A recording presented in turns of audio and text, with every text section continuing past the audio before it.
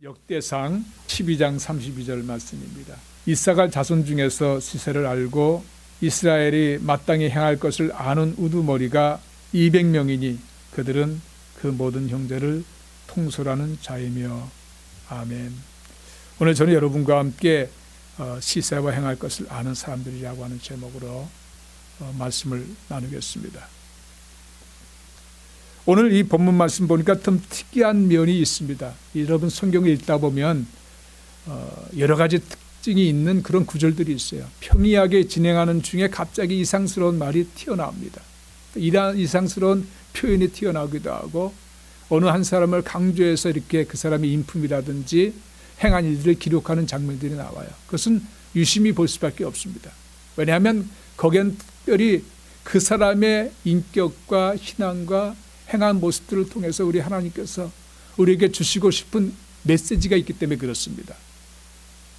오늘 이 본문을 보면 12장 전체가 이스라엘에 이제 다윗 왕이 세워졌을 때, 사울 왕이 죽고 다윗 왕이 세워졌을 때에 그를 돕기 위해서 이 장수들 또 지파들이 그를 옹이하는 모습들로 이렇게 모여듭니다.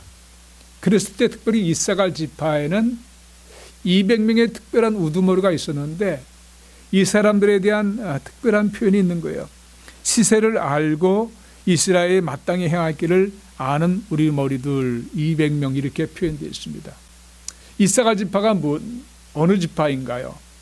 성경을 자세히 살펴보면 이 창세기에 야곱이 9번째 아들로 야곱을 통해서 태어난 그런 9번째 아들인데 그 엄마는 레아입니다.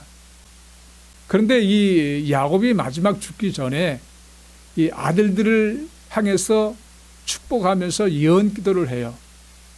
그 예언 기도 중에 이사갈 지파에 대한 예언 기도를 보면 그들이 어떻게 살게 되었는지를 대충 이해할 수 있는 그런 일들이 일어나게 됩니다. 49장 14절 15절에 보면 이사갈에 대해서 이렇게 말합니다. 이사갈은 양의 우리 사이에 끌어앉은 건장한 나귀로다. 그는 쉴 곳을 보고 좋게 여기며 토지를 보고 아름답게 여기고 어깨를 내려 짐을 메고 앞제 아래에서 섬기리로다. 여기서 보면 세 가지 단어들이 등장합니다.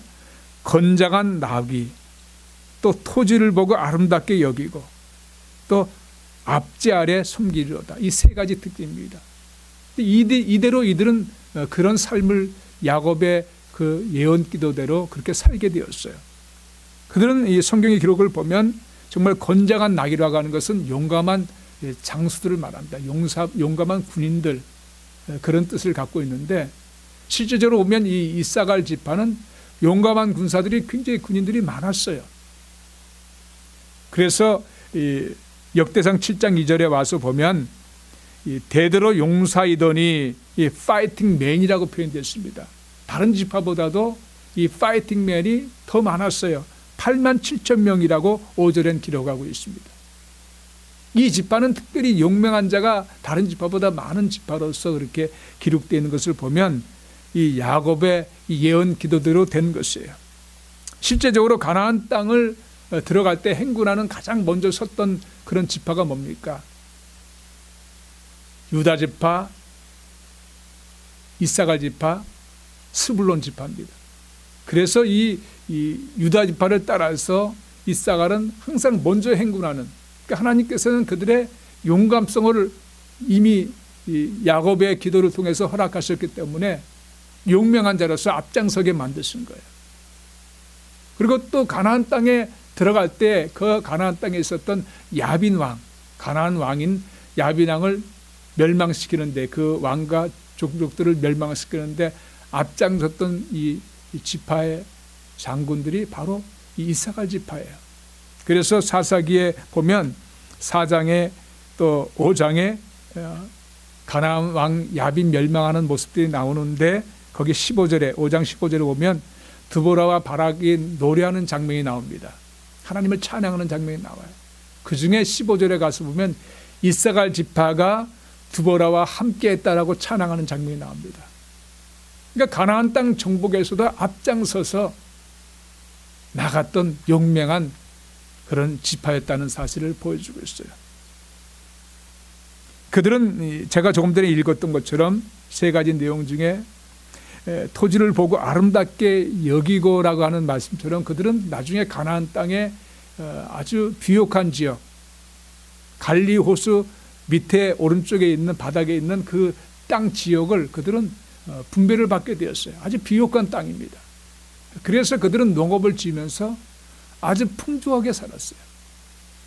아버지 야곱의 또 그 할아버지 야곱, 그러니까 야곱의 자손들이 그곳 땅에서 풍족하게 사는 그런 예언 기도대로 이루어진 것이에요.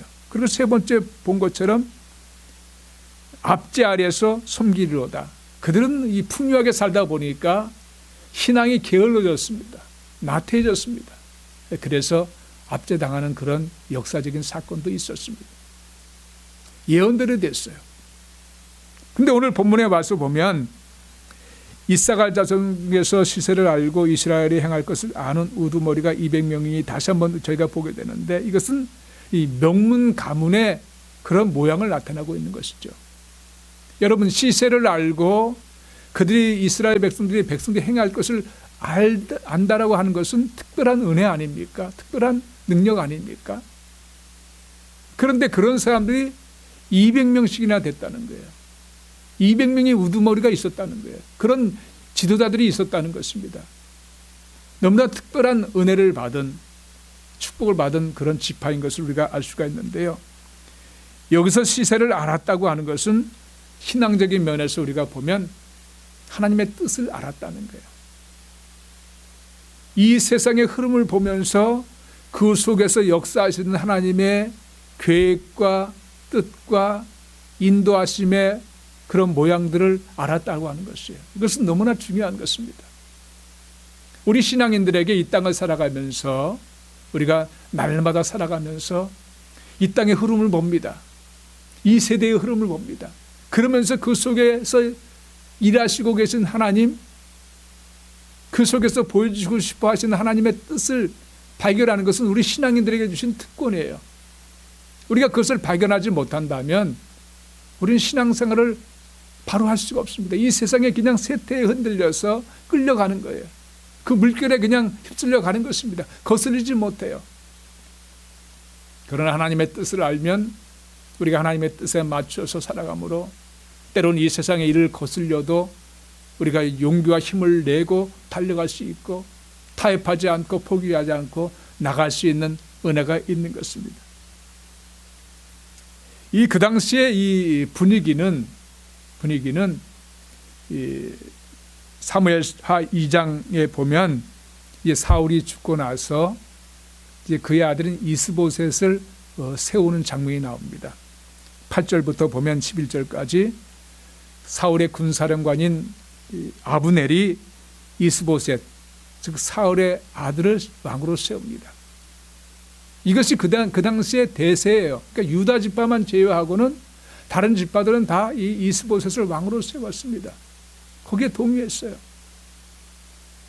그런데 하나님께서 사울 왕을 왜 주셨습니까? 하나님의 말씀을 거역하고 하나님 말씀을 듣기를 싫어하고 신접한 여인에게 점을 치고 하는 것에 대해서 분노하셔서 그를 폐위시키셨거든요. 그것은 그의 집안의 대대적인 그런 왕으로서의 자격을 주님께서 박탈하신 것입니다. 하나님의 뜻에 맞는, 마음에 맞는 또 다른 사람을 세우실 것이라고 하는 것을 사무엘 선지자를 통해서 이미 보여주셨고 또 그와 같은 뜻이 있음을 깨어있는 사람들은 알고 있었던 거예요. 그런데 11지파 사람들은 깨닫지 못하고 처음에는 깨닫지 못하고 그렇게 이스보셋을 세우는 일에 동의했던 것이에요. 그런데 그 다음에 쭉 내려서 보면 4장에 네갑과 바하나라고 하는 그런 신하가 이 이스보셋을 침상해서 죽입니다. 그리고 그 목을 따서 다윗 왕에게 바칩니다. 아마 그들은 칭송을 받고 큰 상급을 받을 것으로 예상했을 거예요. 왜냐하면 사울 왕가와 다윗과의 싸움이 있었기 때문에. 그러나 다윗 왕은 그 두 사람을 죽여버렸습니다.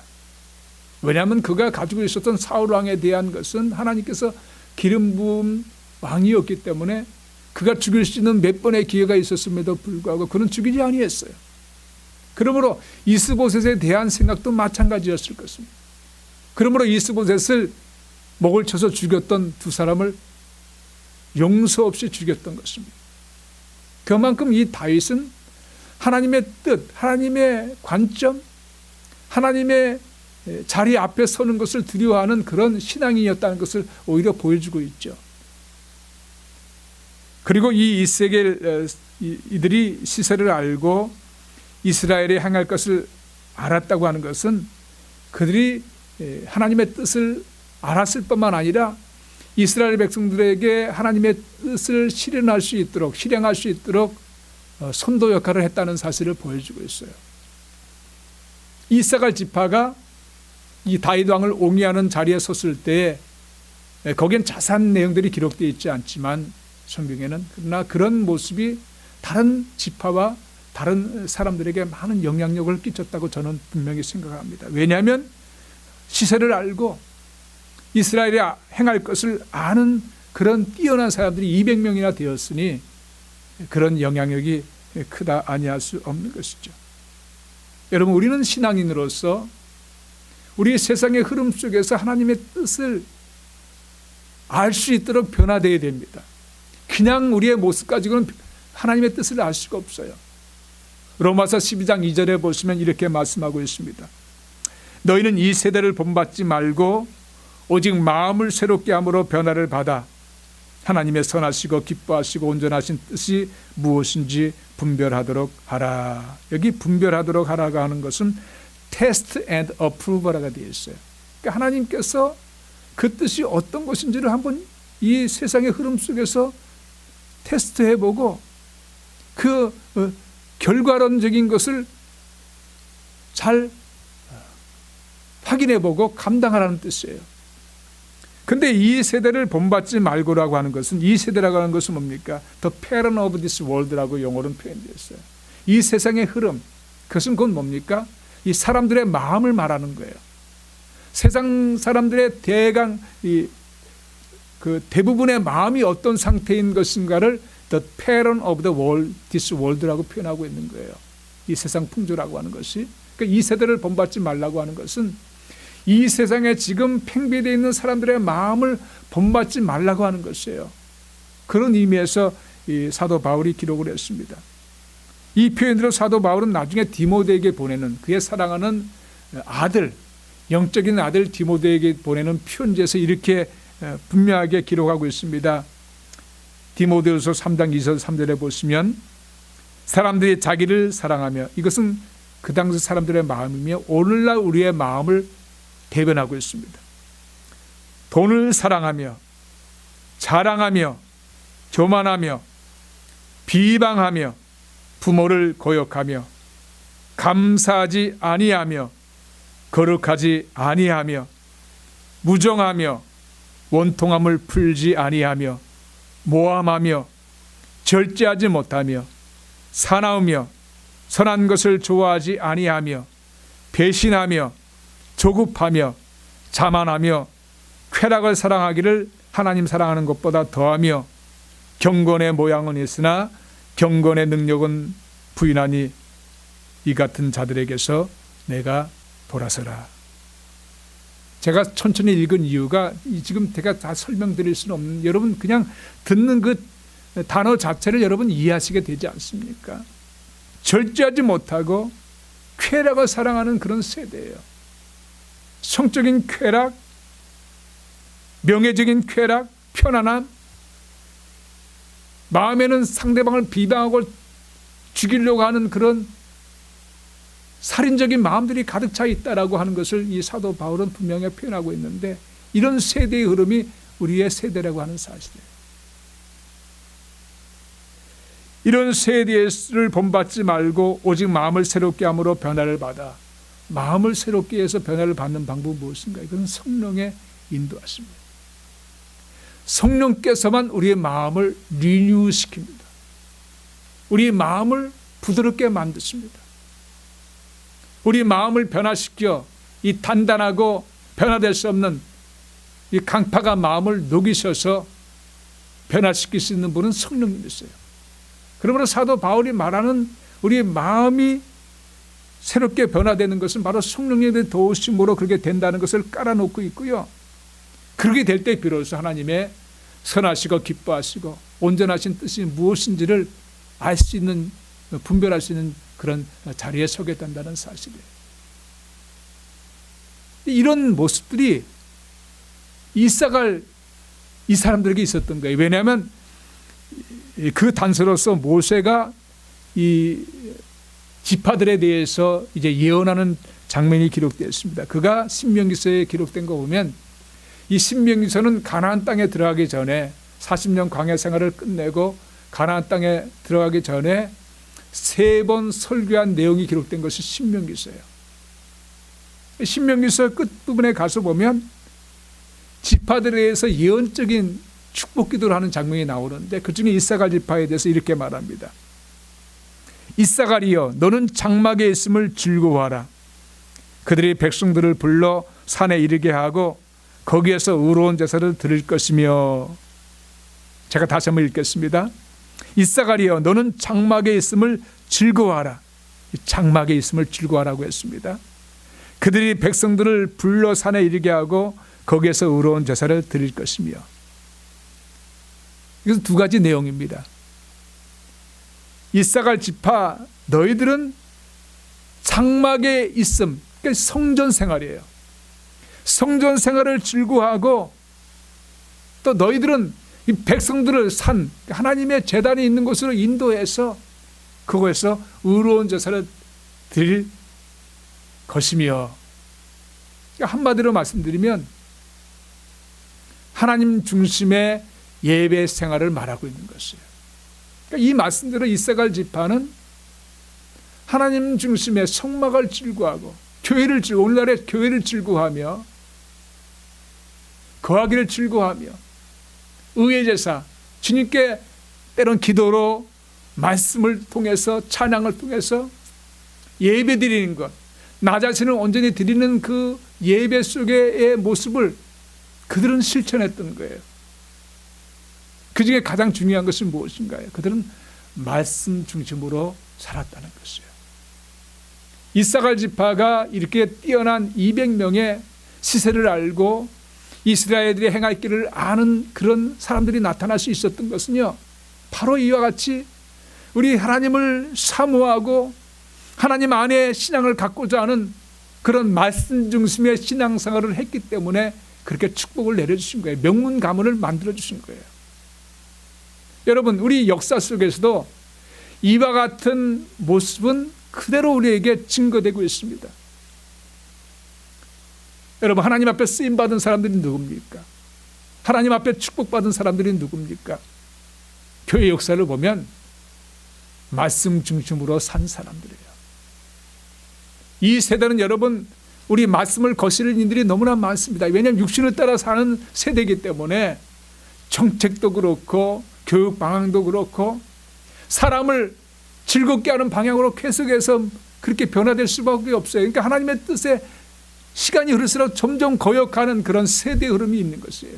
그래서 사도 바울이 이 세대를 본받지 말고라고 말씀하고 있는 것입니다.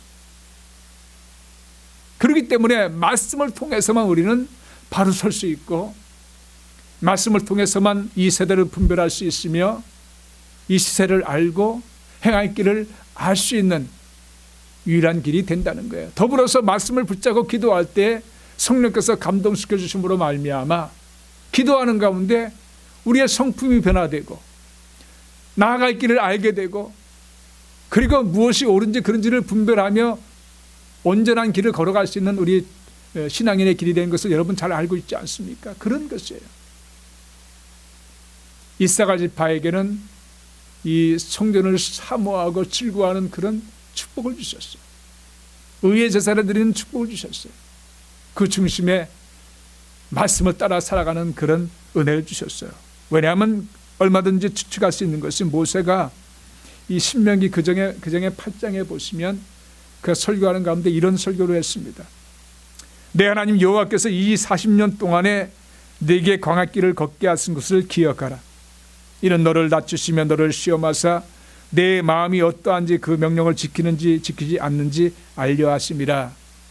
이 말씀만 보면 이사갈 지파가 하나님의 말씀에 순종하는지 안 하는 것이 어느 것이 옳은지를 알고 말씀대로 살려고 순종했다는 것을 우리는 알 수가 있습니다. 그리고 그 다음 절 모세가 계속해서 말합니다. 너를 낮추시며 너를 줄이게 하시며 또 너도 알지 못하며 내 조상들도 알지 못하던 만나를 먹이신 것은 사람이 떡으로만 사는 것이 아니요 여호와 입에서 나오는 모든 말씀으로 사는 줄을 내가 알게 하려 하심이라. 만나를 공급하신 하나님의 그 깊으신 뜻은 바로 하나님께서 주시는 말씀으로 사는 길이라는 것을 알려주시기 위해서 그랬다는 거예요. 예수님께서는 이 말씀을 인용하셔서 사탄의 시험을 받으셨을 때 마태복음 4장에 보면 이 말씀을 이용하셔서 사탄을 대적하는 모습을 보여주고 있습니다. 사탄이 시험할 때 이렇게 말했습니다. 내가 만일 하나님의 아들이거든 명하여 이 돌들이 떡덩이가 되게 하라. 그래서 예수님께서 이렇게 말씀하셨습니다. 똑같이 인용한 말씀입니다. 사람이 떡으로만 사는 것이 아니요 하나님의 입으로부터 나오는 모든 말씀으로 살 것이라 하였느니라. 영적인 말씀의 위대성을 선포하시는 거예요. 이건 동시에 우리 예수 믿는 하나님의 자녀들은 반드시 하나님 말씀을 따라 살아야 된다는 것을 우리에게 알려주시는 것입니다. 경고하고 있는 것입니다. 여러분, 하나님의 말씀을 모르면 결단코 우리 시세를 그 뜻을 알 방법이 없어요. 그 속에 숨겨진 하나님의 그 뜻을, 선하시고 기뻐하시고 온전하신 뜻을 알 방법이 없어요. 그래서 말씀이 그렇게 중요한 것이에요. 시편 119편 105절에 이렇게 말씀합니다. 주의 말씀은 내 발의 등이요 내 길의 빛이니이다. 내 발을 비춰주고 내 길이 갈 수 있는 길을 제시하는 것, 드러내는 것은 말씀이라고 하는 것이에요. 말씀을 떠난 백성은 망하는 것입니다. 말씀을 읽지 않는 우리 성도님들은 하나님의 뜻을 알 방법이 없어요. 그래서 계속해서 읽어야 됩니다. 영의 양식일 뿐만 아니라 그것을 통해서 우리는 거룩하게 되고 변화되게 되고 그리고 하나님의 뜻이 무엇인지를 분별하는 자리에 서게 되는 것이에요. 말씀을 마치겠습니다. 예수님께서는 마태복음 16장 1절 4절에 보면 바리새인과 사두개인들이 표적을 요청할 때 이렇게 책망하셨습니다. 너희가 날씨는 분별할 줄 알면서 시대의 표적은 분별할 수 없느냐. 이 말씀은 두 가지 의미로 하신 거예요. 첫 번째는 너희들이 성경에 기록된 메시아인 나를 알아보지 못하느냐 라고 하시는 책망의 말씀이에요. 그리고 두 번째는 우리 장차 예수 믿을 사람들에게 이 세대를 분별해서 영적으로 끼어서 신앙생활하기를 권면하는 말씀이에요. 그러니까 너무나 중요한 말씀이죠. 누가복음 24장에 보시면 제자들도 깨닫지 못한 모습, 예수님께서 부활하신 다음에 깨닫지 못한 모습을 우리가 기록을 봅니다. 예수님께서 부활하신 다음에 엠마오 도상으로 가시는데 그때 두 제자, 그 중에 이제 한 제자 이름은 거기 기록되어 있죠. 글로바라고 하는 제자와 다른 제자 둘이서 가는데 그들이 예루살렘에서 일어났던 일을 이야기하고 갑니다. 그러니까 예수님께서 옆에 가시다가 무슨 말을 하느냐 이렇게 이제 묻습니다. 그랬더니 그들이 오히려 깜짝 놀라면서 예루살렘에 있는 사람으로서 거기서 일어난 일을 모릅니까? 나사렛 예수께서 십자가에 돌아가셨고 그리고 또 그가 선지자인 것을 우리는 알고 있었는데 그가 선지자로서의 그 우리를 구원할 자, 구원자의 자라고도 표현되어 있죠. 알고 있었노라고. 그러니까 그들은 그 말 속에서 이 구원자라고 하는 사실을 그냥 기대하고 있었다는 거예요. 그러니까 십자가에 돌아가신 그분은 실패자인 것처럼 이렇게 말하고 있습니다. 그러면서 우리가 놀라운 일을 접했는데 무덤에 가보니까 예수님은 사라져버리고 천사만 있다는 얘기를 들었습니다. 라고 하자 예수님께서 그들을 책망하십니다. 책망하시면서 이렇게 연결해서 말씀하십니다. 미련하고 선지자들이 말한 모든 것을 마음에 더듬는 자들이여, 그리스도가 이런 고난을 받고 자기 영광에 들어갈 것이 아니냐 하시고, 이에 모세와 모든 선지자의 글로 시작하여 모든 성경에 쓴 바 자기에 관한 것을 자세히 설명하십니다. 나에 대한 기록들, 메시아에 대한 기록들을 너희가 어찌 더듬고 있느냐, 깨닫지 못하느냐, 그렇게 책망하시면서 자기에 대해서 자세히 그들에게 설명해 주셨습니다. 나중에 그들은 예수님이 사라진 다음에 그들 마음속에 주님께서 말씀하실 때 마음이 뜨겁지 아니하더냐, 그렇게 고백합니다. 그들이 말씀을 듣는 그 예수님의 말씀을 들으면서 마음이 뜨거워졌다고 하는 것이에요. 드디어 말씀을 통해서 깨달아졌다는 사실이에요. 사랑하는 성도님 여러분, 오늘 이 이사갈 지파가 보여주고 있는 이 축복의 모습, 시세를 알고 이스라엘이 행할 것을 알았다고, 행할 길을 알았다고, 그리고 그런 일에 앞장섰던 이사갈 지파의 모습을 보면서 하나님의 특별한 은혜를 봅니다. 동시에 우리에게 주시는 메시지로서 우리도 이 성경 중심, 하나님의 신앙 중심으로 흔들지 않고 나갈 때 하나님께서 우리에게 주시는 영원히 변치 않는 진리의 말씀, 이 말씀에 우리가 마음을 기울이고 연구하고 또 설교를 통해서 말씀을 듣고 묵상하면서 하나님의 뜻을 우리가 발견하고 이 세대를 분별하며 하나님의 뜻 가운데 아름다운 신앙의 자녀로서 걸어가는 그런 축복받는 여러분 되시길 바랍니다.